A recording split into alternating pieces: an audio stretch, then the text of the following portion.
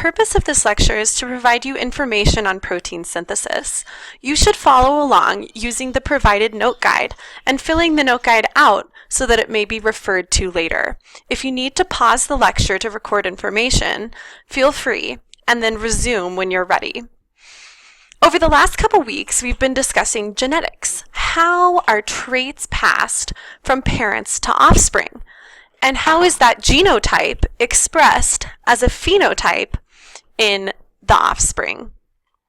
This process may seem complicated, but is in fact very simple.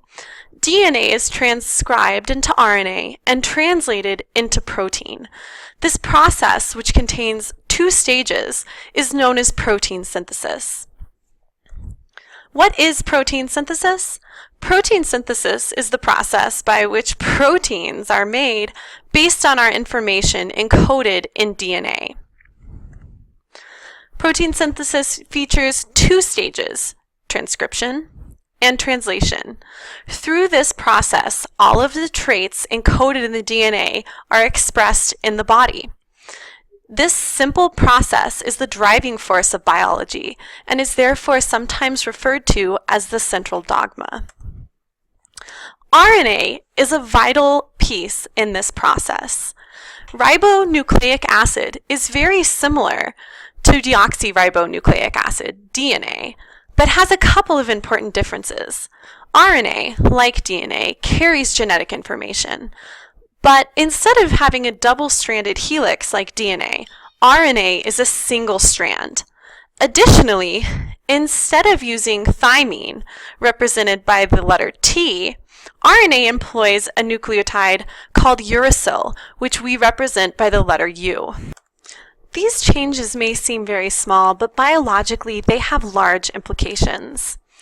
If we recall last semester, we talked about the complementary base pair rule, which states that in a DNA strand, T is paired with A is paired with T, C is paired with G, A is paired with T, and so on. This same rule is applied when RNA is transcripted from DNA. We can see that T turns into A on the RNA, and A, instead of turning into T on the RNA, turns into U.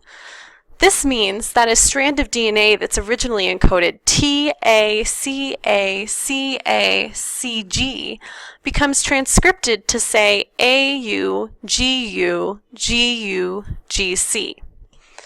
This is part of transcription, the first stage of protein synthesis. Transcription moves information from the DNA to the RNA, and this step takes place in the nucleus of the cell. During transcription, a molecule called DNA polymerase binds to the DNA to facilitate the reaction. If we recall, any molecule ending in ACE is indicative of an enzyme, something that catalyzes a chemical reaction and helps it happen at a faster rate.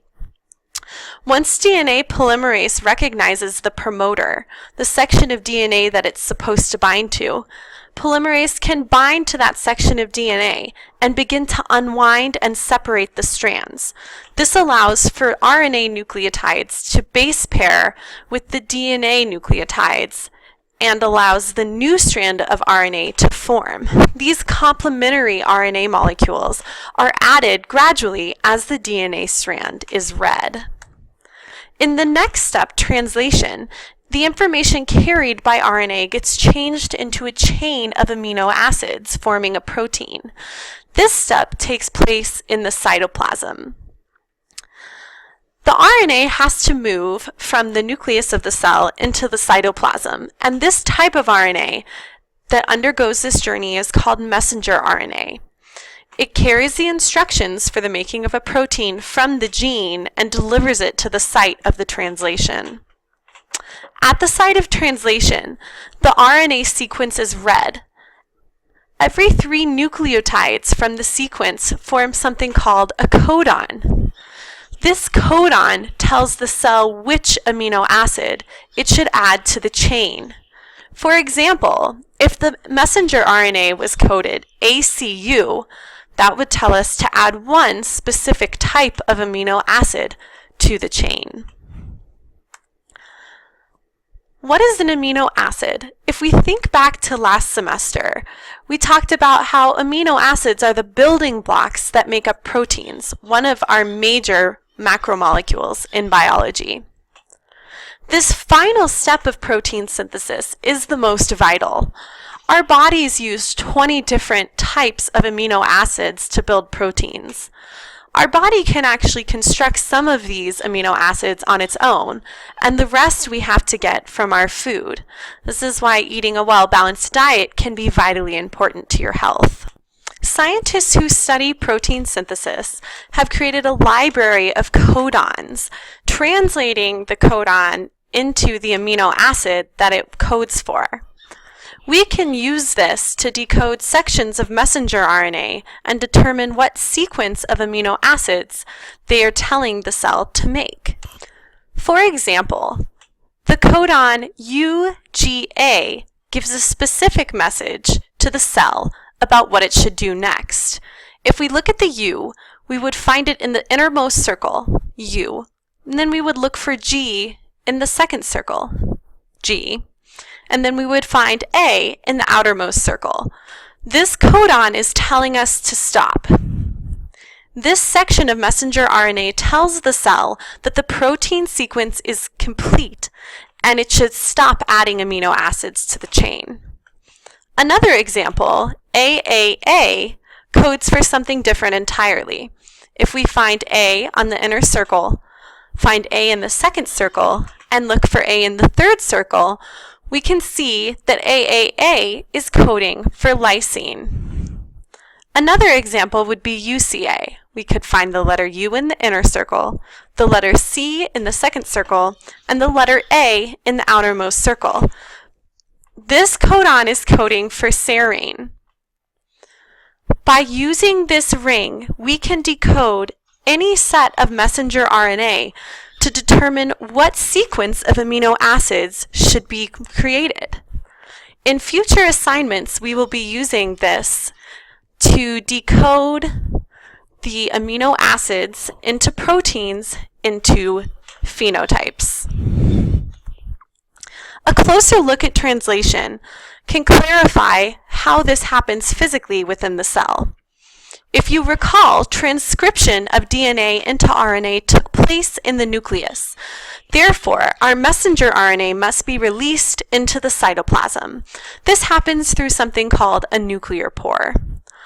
Once the messenger RNA has been released into the cytoplasm, two new molecules, ribosomes and transfer RNA, will be employed to help the cell create the amino acid chain.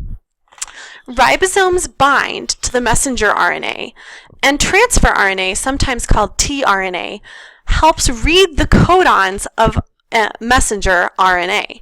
If you look at this picture, you can see these short chunks of transfer RNA, which match up and read the messenger RNA at the site of the ribosome and tell it which amino acid to add to the chain. Once all the amino acids are grouped together, a stop codon is generally reached. When this happens, the ribosome and the transform RNA are released from the messenger RNA, and the protein is also released into the cell. This newly made protein could fulfill any number of functions that the cell needs. What happens when it all goes wrong? We talked a lot about mutations with regard to things like cancer or other genetic disorders. Often, a genetic disorder is something that's been passed down from generation to generation, but could have originated in a mutation a long time ago. A mutation is simply any change in the DNA sequence.